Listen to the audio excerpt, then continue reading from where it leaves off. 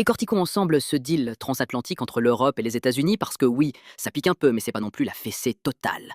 Récapitulatif du deal. Accord signé fin juillet 2025 entre l'UE et les US, tarif douanier de référence à 15% sur la majorité des échanges, notamment l'automobile, export et import. Ce 15% remplace des tarifs antérieurs beaucoup plus bas, comme 2,5% sur voitures US vers Europe, ou des hausses qui auraient pu aller jusqu'à 30%, scénario pire évité. Maintien des droits à 50% sur l'acier aluminium, secteur stratégique exclu des baisses, engagement de l'UE à acheter massivement des produits énergétiques US, plus 750 milliards de dollars sur 3 ans, investissement européen de 600 milliards de dollars aux US d'ici 2028, histoire d'être gentil.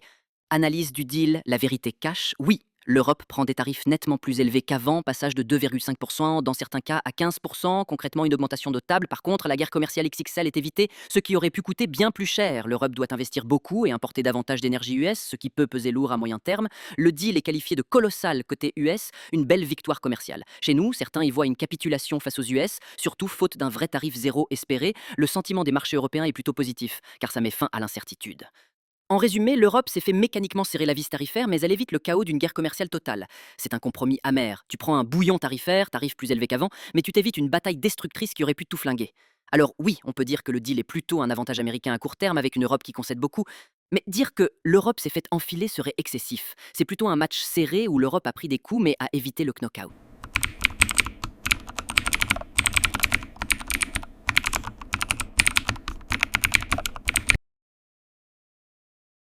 Exactement, cette chute de l'euro et du CAC 40 hier colle parfaitement avec les tensions créées par ce nouvel accord commercial.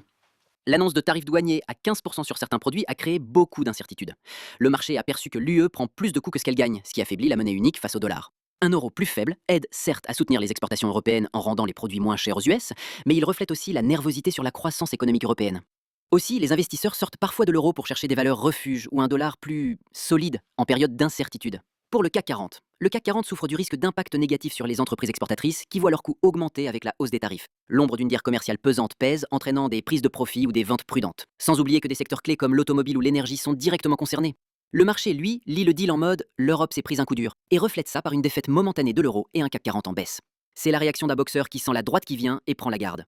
Préfères-tu jouer l'opportuniste avec un euro affaibli qui pourrait stimuler les exportations ou attendre un retour de la confiance pour voir le CAC 40 rebondir? Si tu veux, on peut faire un point sur les niveaux clés pour le CAC 40 et l'euro-dollar pour envisager une entrée technique intelligente.